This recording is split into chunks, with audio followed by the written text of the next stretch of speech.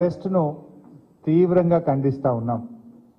ఎందుకంటే ఈ అరెస్ట్ మీద ఇప్పటికే బీజేపీ నాయకులు చాలాసార్లు ప్రకటన చేసినారు, ఇంక్లూడింగ్ కేంద్ర మంత్రి గారు, ఈ రాష్ట్రం నుంచి ఉన్న బీజేపీ పార్లమెంట్ సభ్యులు, ఈ రాష్ట్ర బీజేపీ అధ్యక్షుడు అనేక సార్లు ఈడీ అధికారుల్లాగా కవిత గారిని అరెస్టు చేస్తాము అని గత సంవత్సరన్నర కాలంగా బీజేపీ నాయకులు, బీజేపీ కేంద్ర మంత్రులు, బీజేపీ ఎంపీలు పలుమార్లు ప్రకటనలు చేసిన విషయం కూడా మనందరికీ కూడా తెలుసు.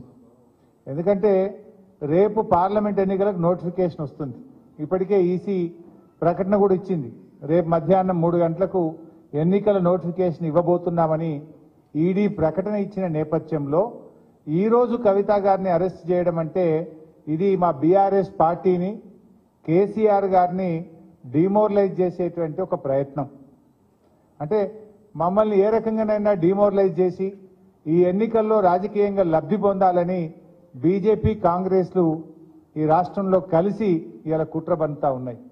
అయినా మా పార్టీ ఉద్యమాల పార్టీ, మాకు ఈ అరెస్టులు కానీ వేధింపులు కానీ ఈ కుట్రలు కానీ మాకు కొత్తేమీ కాదు.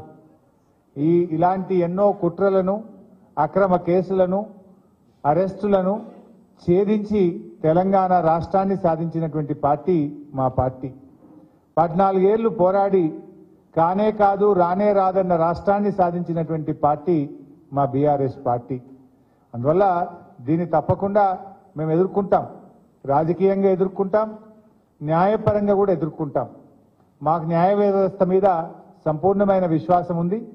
దీనిపైన న్యాయవాదులతో సంప్రదించి సుప్రీంకోర్టులో వెంటనే ఈ యొక్క అక్రమ అరెస్ట్ మీద మేము పిటిషన్ వేసి మరి లీగల్గా కూడా మేము ఫైట్ చేయడం జరుగుతుంది.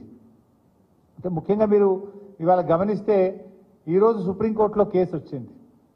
ఈరోజు సుప్రీంకోర్టులో కేసు వస్తే దాన్ని సుప్రీంకోర్టులో 19వ తేదీ అంటే జస్ట్ ఆఫ్టర్ 3 డేస్ పోస్ట్ అయ్యి ఉంది.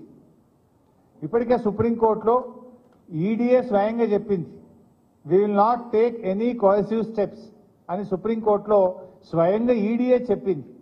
ఒకవైపు దేశ అత్యున్నత న్యాయస్థానములో మరి చెప్పినటువంటి మాటకు విరుద్ధంగా అది ఒక మహిళను శుక్రవారం రోజు అది సాయంత్రం 6:30 తర్వాత అరెస్ట్ చేయడం అంటే ఇది ఖచ్చితంగా రాజకీయ కుట్ర.